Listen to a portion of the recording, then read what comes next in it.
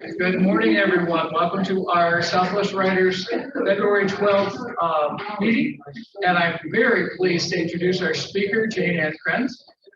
And she is amazing. She writes under 3 pen names: Amanda Quick, which is how I first met her, historical romance, and we're like Victorian and older. She writes Jane Castle is going, and correct me if I get this wrong, Jane Castle's the futuristic ones. Okay. And then she also writes Jayne Ann Krentz, and those are the more modern. And she has amazing characterizations in her book. Her historic costuming is perfect, which is kind of what drew me to her first. She is a New York Times best-selling author. And I'm going to turn it over to her. And Jayne, you're on. Okay, thank you so much. And thank you all for inviting me here today. It's the first time I've been out in a while. Not far, but at least I'm out. These days that counts for something. So thank you.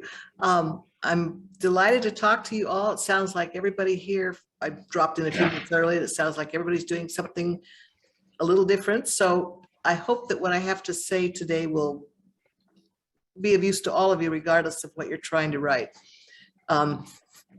The title of this, talk, and I actually do have a title, is How to Reinvent Your Career in 10 Easy Steps. But in hindsight, I probably should have left out the easy part, okay? So I just want to start this by saying you're going to be doing this reinvention thing your whole career, okay? Including right at the start. No matter what you're writing, you're going to have to reinvent constantly in order to find a market and in order to keep yourself enthused about your own writing, in order to find your own power. I'll get the first question out of the way that everybody asks, which is, why do you have 3 names? And the answer is each one of those names, and there are more. If you go back into my career, there's a lot more than 3 names. Each one of those names represents a point at which I had to reinvent myself, okay? In the end, I wound up with 3 names. I do not recommend multiple pen names. Just don't go there, okay? Save yourself, don't go there. And the basic reason is that in this day and age, you just cannot promote that many. You can't promote more than 1 name. It's hard enough to promote 1 name these days. And yes, some of your readers may not like your books if you move into another genre, but you will take some of your readers with you, and you're going to need those to restart in the next genre. So I just highly recommend not using a pen name, regardless of, unless there's something personal, you don't want people to know who you are. But even then, pick 1 pen name and stick with it, okay? Trust me on this. I want to say that the key to reinvention starts at the beginning of your career and finding your core story. And I'm not thinking of core story in terms of the fictional landscape that you want, that you're drawn to use. I'm thinking of the basic conflicts and themes that compel you to write, okay? These are what call to your power, and that's where your strongest writing will be. And you'll go back to those themes and conflicts again and again. Your core story should be something you can summarize in 2 or 3 keywords. My core story, for example, is trust and reinvention. Everything I write, somehow, one way or another, is going to involve a conflict around the risk of trust. And it will involve conflict around the risk of reinventing yourself, a career, a job, a family, a new marriage, whatever. Conflict and reinvention are the 2 themes I come back to again and again and again. That's my core story. And that's what I mean by core story, as opposed to saying, well, I want to write futuristic romance, or I want to write Westerns, or I want to write vampires or contemporary disease of the week stories, whatever. That's not a core story. And the beauty of understanding that your core story is relating to themes and conflicts and your message to the universe, if you will, is that once you have that and you know what it is, it's very freeing. You'll realize you can take it anywhere, okay? You can take it into any genre, fiction or nonfiction, because it's all about emotions and power of the spirit, and that is core story. So step one, I think, is identifying your core story.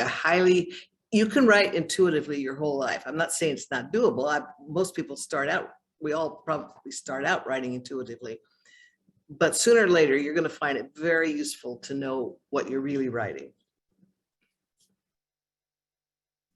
Learn to think in terms of your own private universe. I have what I now consider my Jayne verse, okay? And it's basically all the places and all the kinds of plots I can take my core story. And I've done it in the future, I've done it in the past, I've done it in the contemporary settings. I've moved it all over the place, but my core story is still there. So you realize that you're working within a universe and you're going to spend your career exploring that universe, and it's yours. The next thing I recommend is number 3 would be find your voice. Finding your voice is probably the hardest thing you can do as a writer. Once you do find it, don't let go of it. You want to hone it, sharpen it, make it as pitch perfect as possible. Your voice is the thing that will, frankly, make or break your career, because readers come back to a voice. They don't come back for plot. They don't even come back for great characters. They don't come back for wonderful landscapes. They come back for the way you explained and told the stories using those other elements. They come back for your storytelling voice. And this can be hard to find because I think it's sort of like an accent. You don't hear it, but everybody else does. It's your own accent. So I have a couple of tricks, I think, that you can use to find your own voice, perhaps, exercises, if you will. Remember that your goal here is something like any storyteller or, frankly, an actor. You want to make them laugh, you want to make them cry, whatever, but you don't want them to forget you. The worst thing that can happen to you career-wise is to have a boring voice. The strong voice will definitely turn off a lot of readers, but you know what? The readers who remember it will come back, and that's your audience. That's who we're all going for, the readers who respond to our voice.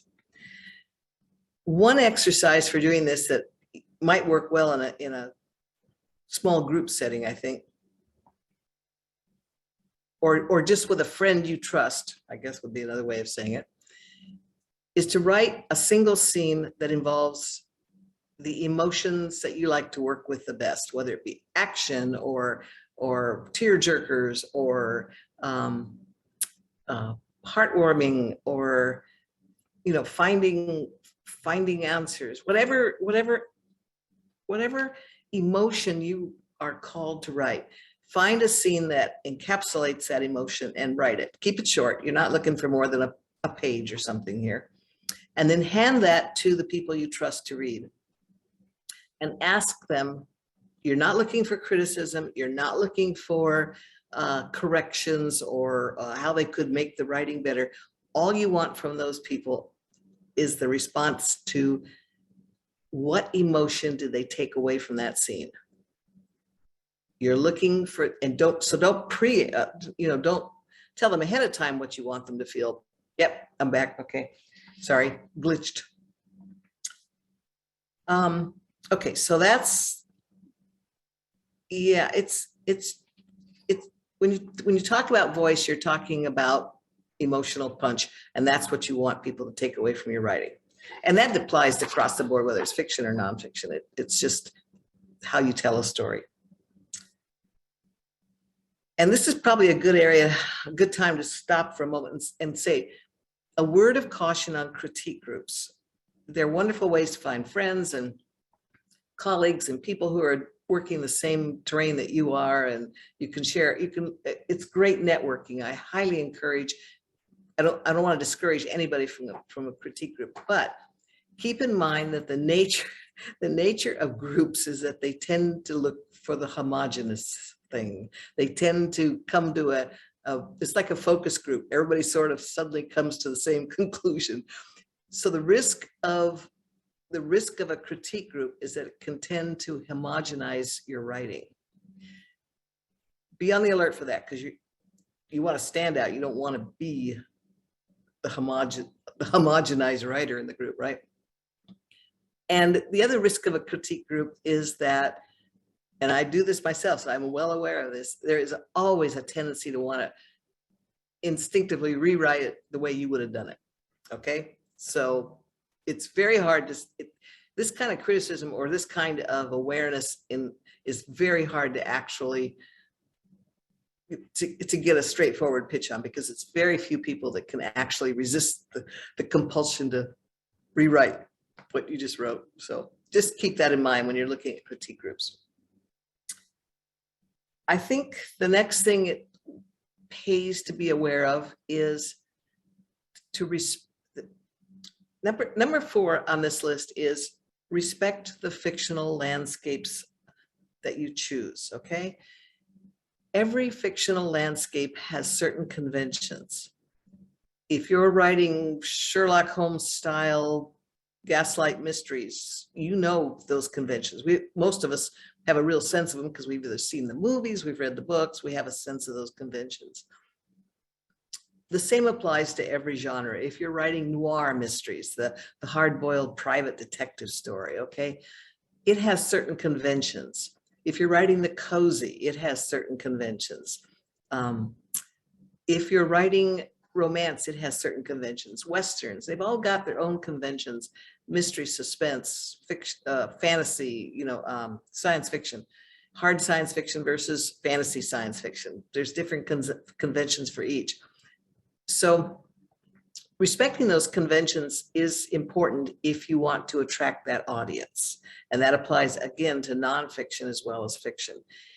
Yes, you can bend them, and yes, you can play with them, but just be aware that you do so, you're taking a risk when you do so, because a lot of readers do not want their genre conventions messed up too much. They're reading that genre because they want that world. There are several landscapes, fictional landscapes, and also non-fictional landscapes, but I'm more of an expert on the fictional stuff, to be honest. But there are several landscapes out there that have been around for decades, and you know them when you see them. You can step into a Western without having ever read another Western in years, because you know that world. You can step into, just because of our own cultural history, you can step into 1930s Hollywood with a certain sense of it because you've seen the movies. This is just how, and we all know what the Private Eye story looks like, okay? Because it's a classic American story. It's comes right out of our Western myths. So all I'm saying is that if you're going to combine those landscapes or combine the genres, be aware that what you're up against is the oldest problem in the world, which is who's the audience, how do you market it? And if you're selling to traditional publishing, which is what I've done my whole career, as well as it's obvious online works the same way, you have to place that book, your book has to be placed in some genre. I don't care if it's memoirs or, you know, fantasy or mystery. You're going to have to place it in some genre in order to find an audience, because that's everything. No matter how things have changed, everything is still discovered by genre. People go looking for a specific genre. That's just how they shop for books. Whether you're saying, I'm looking for a memoir of people with addiction problems today, or I'm looking for a memoir of people who grew up in the West, or, you know, those are subcategories, but the basic category is memoir, and that's where you have to be. And if you put too much fiction in that memoir, you're going to run into problems with a lot of readers, okay? I think this is probably a good time if you're writing fiction I can tell you something about what's out there right now, examples of these genres and subgenres change. They're constantly in flux, okay? For example, the psychological suspense story, which is really a repackaging of the modern Gothic. It's the Gothic novel in the contemporary setting, and it has all the elements of a classic Gothic. It's got the isolated setting, either a very small town or a very big house, you know, that kind of, or a remote location where people are stranded on a mountaintop, whatever. It's got that claustrophobic feel, and the threat is always coming from within the group, not from the outside.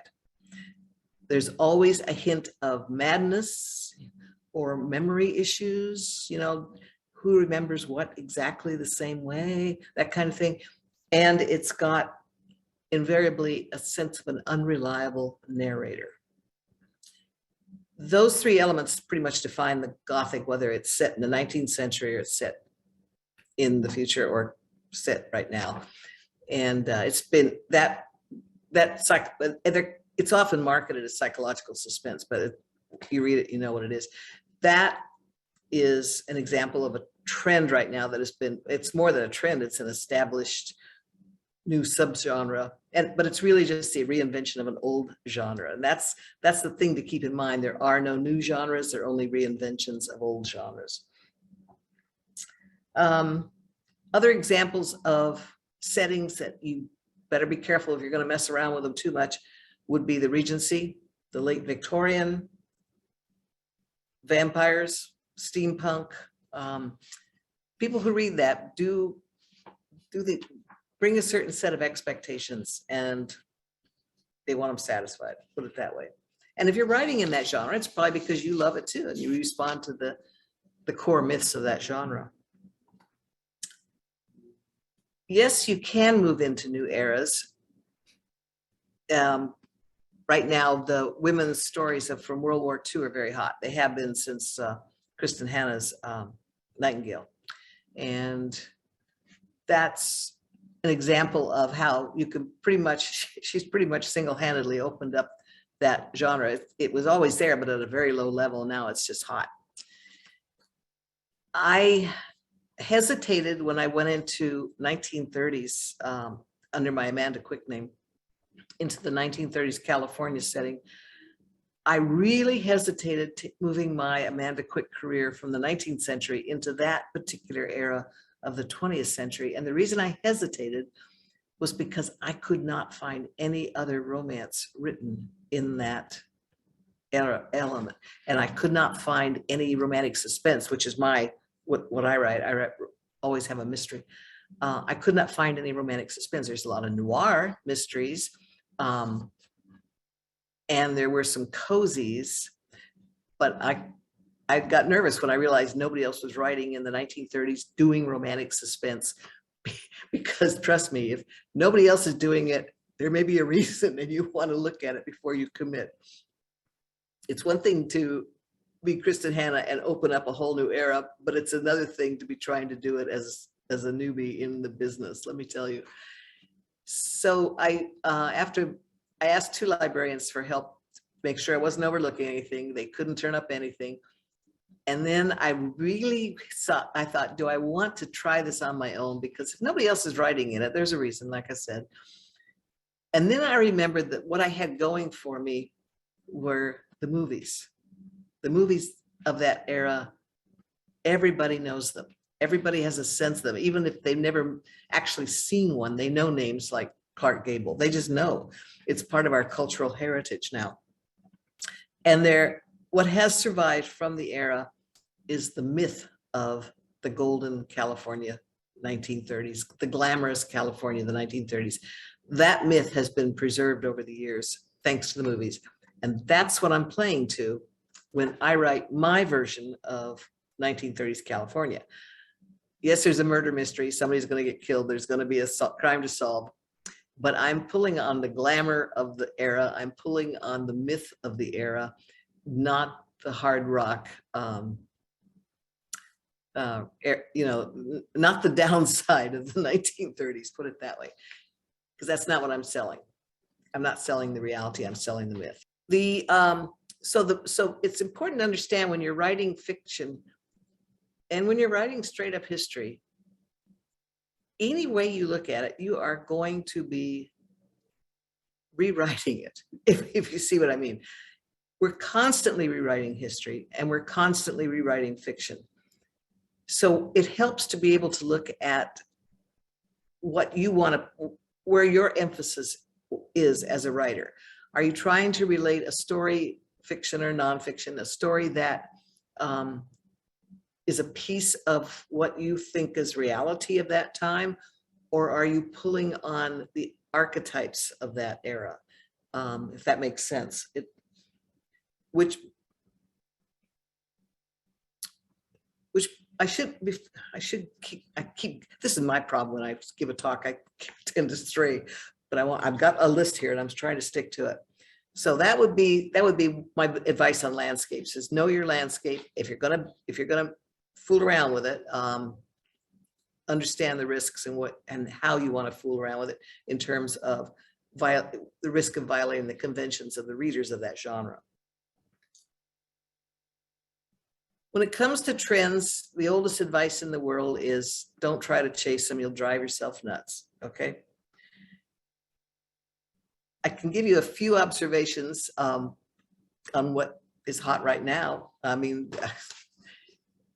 I can't tell you whether it's too late to jump on board or whether it's going to be hot 5 years from now. I don't have that kind of farsighted view of the publishing universe, but I will tell you that every editor I've ever worked with, and there have been a lot of them over the years, will tell you that they don't identify trends until it comes to them in their inbox, when it wells up from what they're reading in terms of submissions. That's when they see a trend. It's not like New York's or editors go out and establish a trend and then ask everybody to write to it. It doesn't work like that. They get new trend ideas when authors start submitting. That's how things like the paranormal came to be so hot. All of a sudden, for whatever reason, a lot of people were writing the paranormal, and New York and other editors said, "Oh, this must be a trend." Witches have been very hot for the past year or two because it's essentially a story of female empowerment. So witches are probably going to be with us for a while, but it's, as my editor said, it's very hard now to stand out with a character who is a witch for the simple reason that there's a lot of it. Okay. Medical suspense has been out of the business not out of the business, but it's been flat, I guess you would say, for some time now, which probably in my experience means it's ripe for a comeback. That would be this is what happens to genres. They ebb and they flow. And then we've already talked about the psychological suspense or the modern Gothic. One editor I've spoke to said she thinks that it's time for, paranormal's been kind of flat for a while. And one editor I spoke to said she thinks it's time for a new version of the paranormal to hit. So for what that's worth, I pass that along. I would also like to add that when it comes to trends, I've missed a few. I've missed a whole bunch of trends. I missed vampires. I missed the meet cute rom-com. I missed shapeshifters. I missed historical romances set in Scotland. And I would just like to say that I'm living proof that you can miss a lot of trends and still have a career. So respecting the genres means finding your lane within a genre. It doesn't mean you can't find a way to do what you want to do within a genre, but find the genre that best fits your kind of story and work from there would be my advice. Because I'll tell you, the first thing an editor or Amazon is going to ask is, where do I market this book? And it's just the oldest rule in the world. It has to have a place in the bookstore. If you walked into a bookstore, where do you shop and where do you think your book should be positioned? Because that is where publishing and publishers will look at it. That's where an editor, that's her first question, or his first question is, where do I sell this book in the bookstore? Another sad truth of this business is, no, your readers will not follow you everywhere. again, use my three names as an example. Anytime I do this, I haven't done a live signing for a while, but I can guarantee that in any audience, this one or any other audience out there that I've talked to, there will be a sizable number, probably a third, who are unaware that I write as Amanda Quick or Jayne Kessel or Jayne Ann Krentz. They may read me under one, but they forget about the other two. And it's not that they don't know that I probably have another genre that I write in, it's that they don't read that genre, so they're not interested. They love me in a futuristic setting, but they do not want me in a historical setting. That is just, and I'm as guilty of this as everything else. I was a huge fan of Robert B. Parker's Spencer series. It's now being written by other people, so I've stopped reading it. But back in the day, he was my go-to author for the classic Private Eye, Spencer. And one day we happened to have the same editor at one point in my career. And I walked into my editor's office and was looking for a book to read on the plane home, right? And she said, "Oh, I've got the new Parker." And I said, "Oh, that's perfect, that's perfect, that's beautiful." And she pulls one of his Westerns off the shelf, Appaloosa series. And I said, "Oh, I don't read Westerns." I could hear it coming out of my own mouth as I was saying the same thing I've heard readers say for a decade, right? I said, "Oh, I just don't read Westerns." And she said, "Jayne, it's just Spencer on a horse."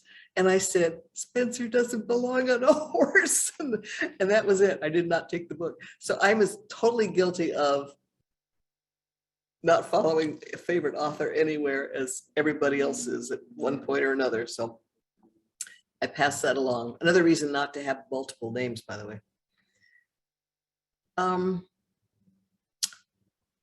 Number 9 on my list.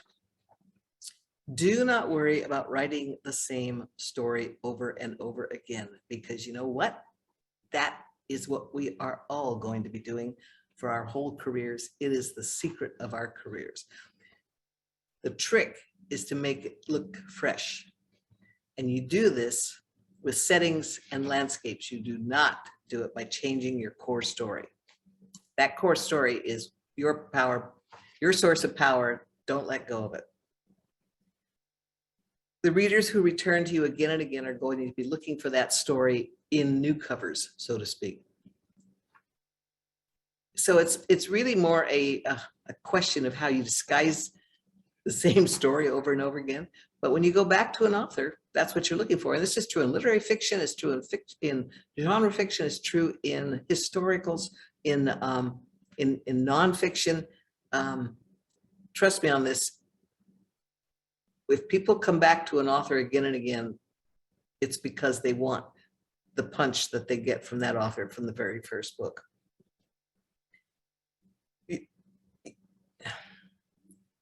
This is important to know because this is the biggest problem with authors at the start of their careers or authors who have not done a lot of publishing.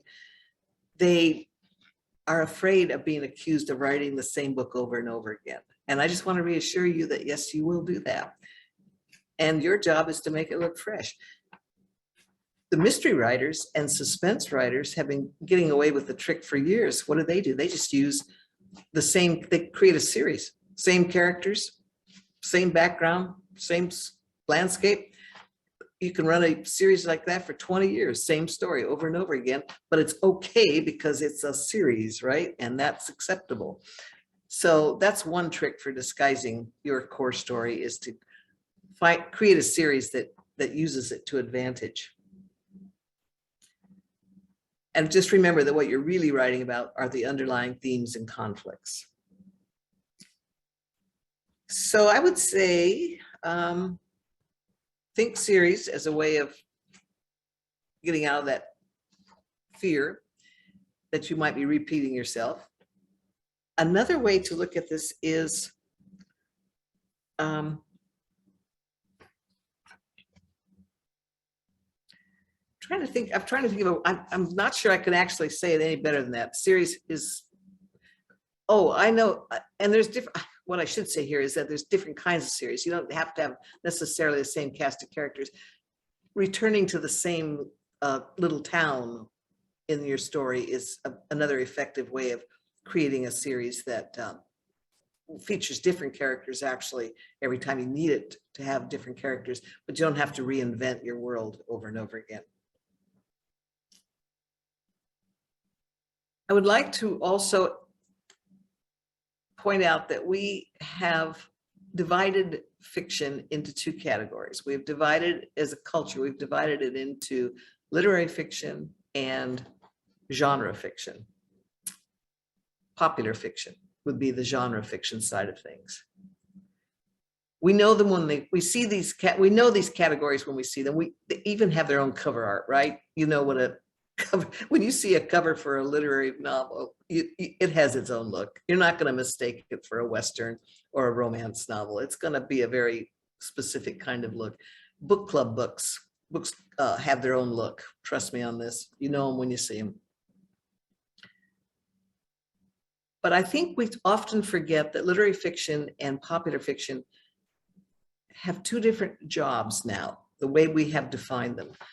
We expect literary fiction to illuminate the human condition, okay? We expect it to do a deep dive into human flaws and